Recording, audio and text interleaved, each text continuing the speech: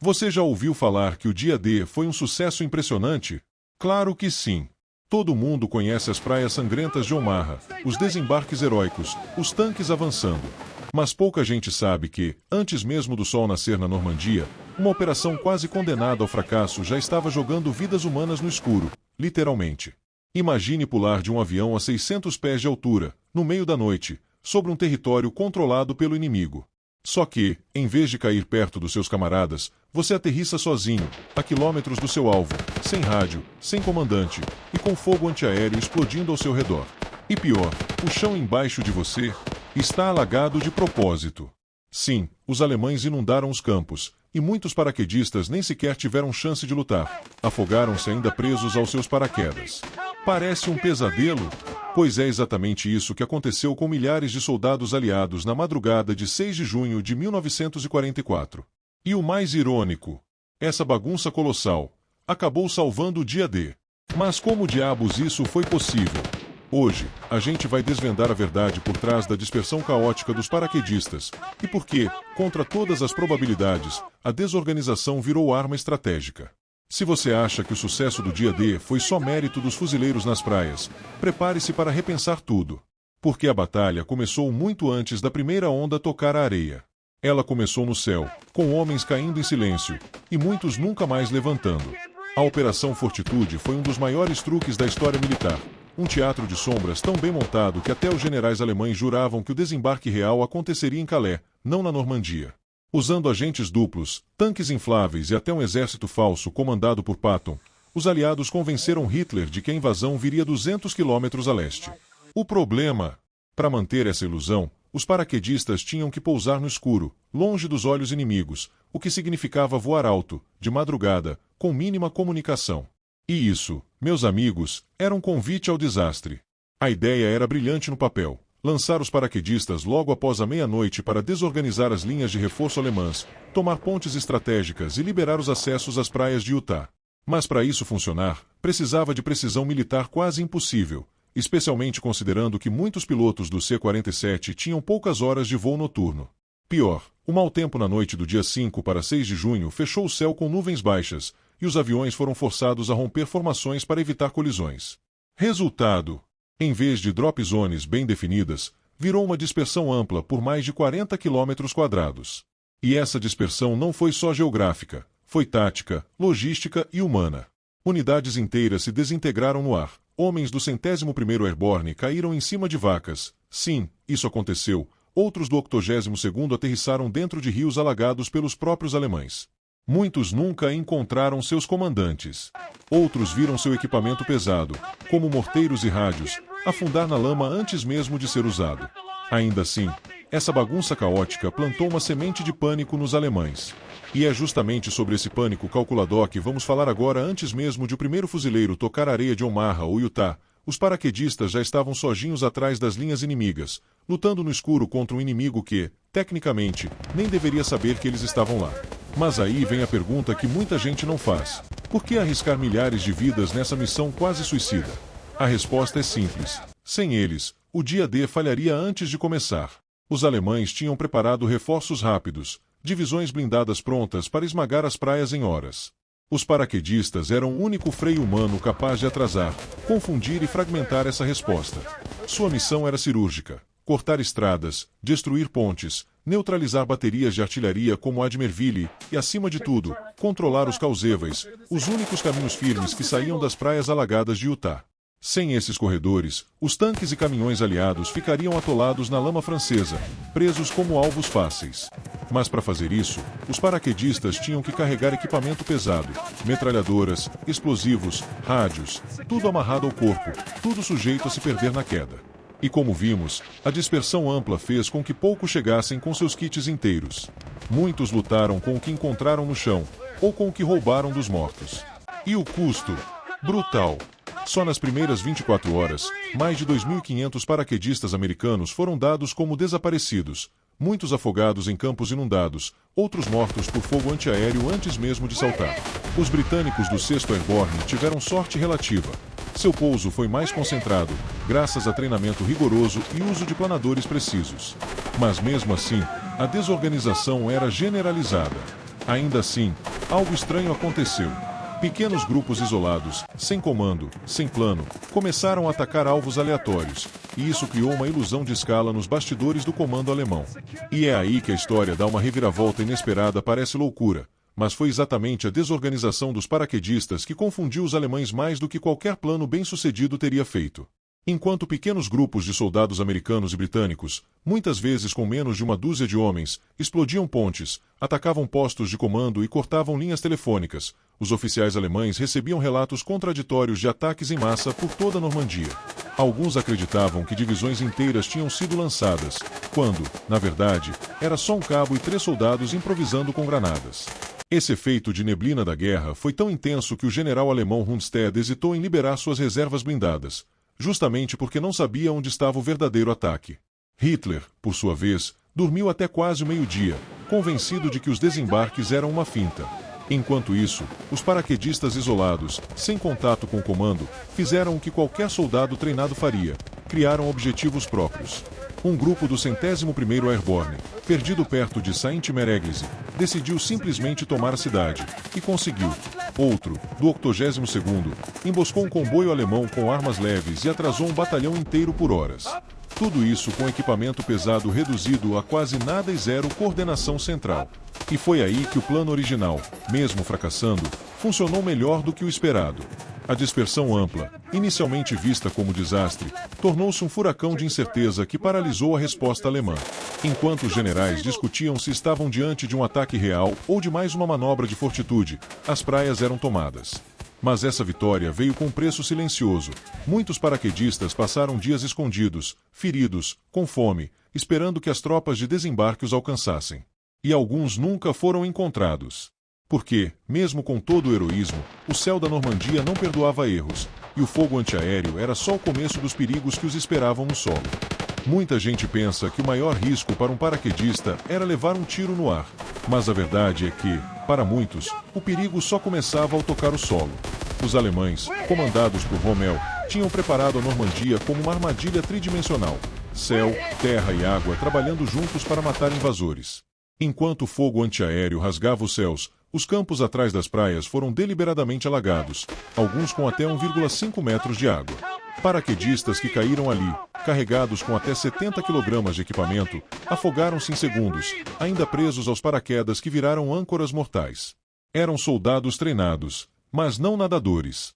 E se você tivesse a sorte de cair em terra firme, ainda não estava salvo. Rommel mandou plantar milhares de asparagos de Rommel, postes de madeira afiados enterrados em campos abertos, muitas vezes com minas ou granadas presas no topo. Durante o dia, eram visíveis. Mas à noite, invisíveis. Planadores britânicos e americanos se espatifaram contra eles, virando escombros em chamas antes mesmo de os homens saltarem. Até os paraquedistas que aterrissaram em cima de árvores, uma técnica comum para amortecer a queda, corriam risco. Muitos ficaram pendurados, fáceis de serem alvejados pelos patrulheiros alemães que varriam a área com lanternas e cães. Mas o mais cruel talvez tenha sido o isolamento psicológico. Imagine, você pousa em silêncio, ouve tiros distantes, mas não sabe se são amigos ou inimigos. Seu rádio está quebrado. Seus companheiros desaparecidos. Você está sozinho, sem saber se está atrás das linhas inimigas ou no meio delas. Essa incerteza gerou erros fatais, tiroteios entre aliados, movimentos em direção a emboscadas, decisões tomadas no escuro sob puro instinto. E mesmo assim, esses homens improvisaram.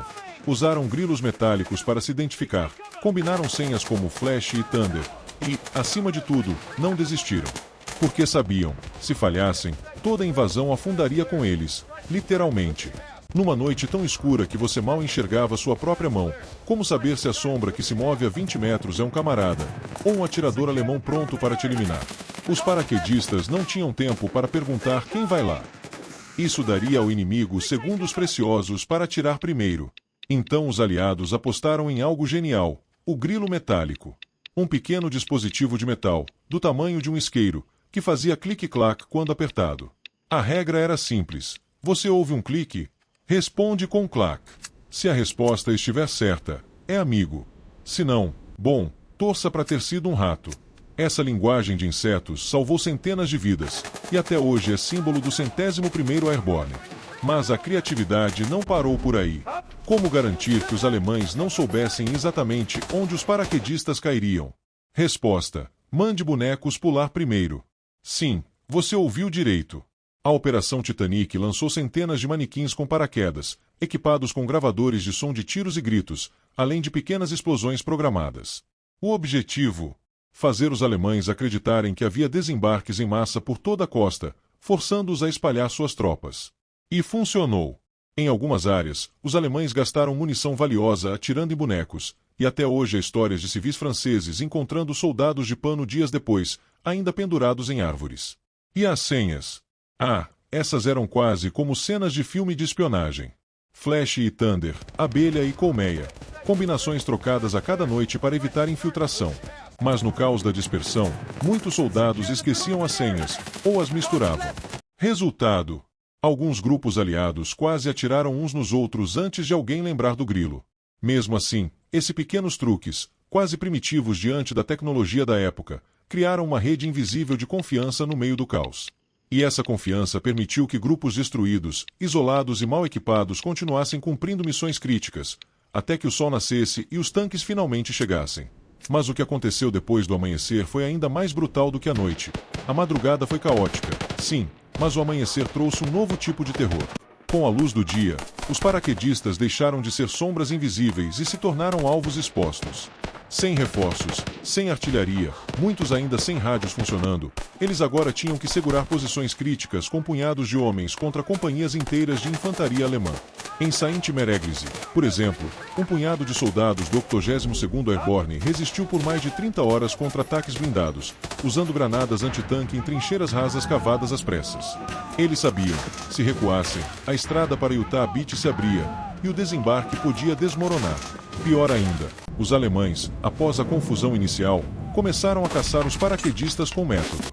Patrulhas motorizadas varriam florestas e vilarejos, usando cães e informantes locais. Muitos soldados feridos, escondidos em celeiros ou igrejas, foram executados sumariamente, considerados terroristas por lutar fora das linhas regulares. Outros, tentando se reunir com suas unidades, caíram em emboscadas meticulosamente armadas. O isolamento, que na noite anterior os protegia, agora os tornava presas fáceis. E sem apoio aéreo direto, os caças estavam ocupados nas praias. Cada grupo era uma ilha de desespero. Mas foi nesse momento de desespero que surgiu o verdadeiro legado dos paraquedistas, a capacidade de liderar sem patentes. Cabos assumiram comandos de tenentes. Médicos atiraram com rifles. Cozinheiros montaram metralhadoras. Essa flexibilidade, nascida da desorganização, virou uma vantagem tática improvável. Enquanto os alemães esperavam uma estrutura rígida, encontraram centenas de pequenos focos de resistência imprevisíveis, impossíveis de eliminar de uma vez. E assim, mesmo com 8.500 baixas só nas primeiras 48 horas, os Airborne cumpriram sua missão, seguraram o tempo necessário. Mas o custo foi tão alto que, por dias, nenhum reforço chegou, e muitos se perguntaram: será que alguém sequer sabia que ainda estavam vivos quando os livros de história falam do dia D? Raramente mencionam que, nos 2 primeiros dias após o desembarque, milhares de paraquedistas ficaram completamente esquecidos. Enquanto o mundo celebrava as praias tomadas, homens do 82º e 101º Airborne ainda seguravam vilarejos com munição contada, feridos sem remédios, e zero comunicação com o alto comando. Muitos passaram 72 horas sem água potável, dormindo em valas cheias de lama, cercados por alemães que sabiam exatamente onde estavam, mas não tinham ordens para recuar. E pior, nenhum plano de resgate foi ativado. Por quê? Porque os generais estavam focados em consolidar as praias, e os Airborne tinham feito seu trabalho sujo. Esses 8.500 baixas, entre mortos, feridos, desaparecidos e capturados, representam mais de 20% das forças lançadas naquela noite. Só o 101º Airborne perdeu quase um terço de seus efetivos. E muitos desses homens não morreram em combate glorioso, mas afogados em campos alagados, esmagados por planadores, ou isolados demais para pedir ajuda. Até hoje, ossadas são encontradas na Normandia, soldados que caíram em pântanos e só foram descobertos décadas depois. Eles não tiveram estátuas, não foram citados nos discursos da vitória. Sua recompensa foi uma missão cumprida, e o silêncio. Mas talvez o mais cruel tenha sido o que veio depois. Ao contrário do que muitos pensam, Os paraquedistas não foram retirados do fronte após o dia D. Muitos dos sobreviventes seguiram lutando, em Carentan, em Market Garden, nas Ardenas, sempre na linha de frente, sempre subutilizados como infantaria de elite. Porque, na mentalidade militar da época, os airborne eram descartáveis, lançados atrás das linhas, usados até o osso, e raramente resgatados com a urgência que mereciam. E é por isso que, ao lembrarmos do heroísmo do dia D, não devemos esquecer os que saltaram primeiro e foram esquecidos por último. Então, da próxima vez que você ouvir alguém dizer que o dia D foi vencido nas praias, pare um segundo. Porque a verdadeira batalha começou no escuro, com homens caindo em silêncio sobre campos alagados, sem saber se viveriam até o amanhecer. Eles não tinham tanques, nem couraçados, nem cobertura aérea. Só tinham coragem, e a certeza de que, se falhassem, milhares morreriam nas areias de Omaha antes mesmo de dar um passo. Pense nisso. O caos virou estratégia, a dispersão virou confusão tática, e o isolamento virou resistência imprevisível. Não foi perfeito. Foi humano, sujo, brutal. Mas funcionou, porque alguns decidiram lutar mesmo quando o plano desmoronou. Agora eu te pergunto: o que você faria se estivesse sozinho, no meio da noite, com um grilo na mão e um inimigo em cada sombra? Deixe nos comentários.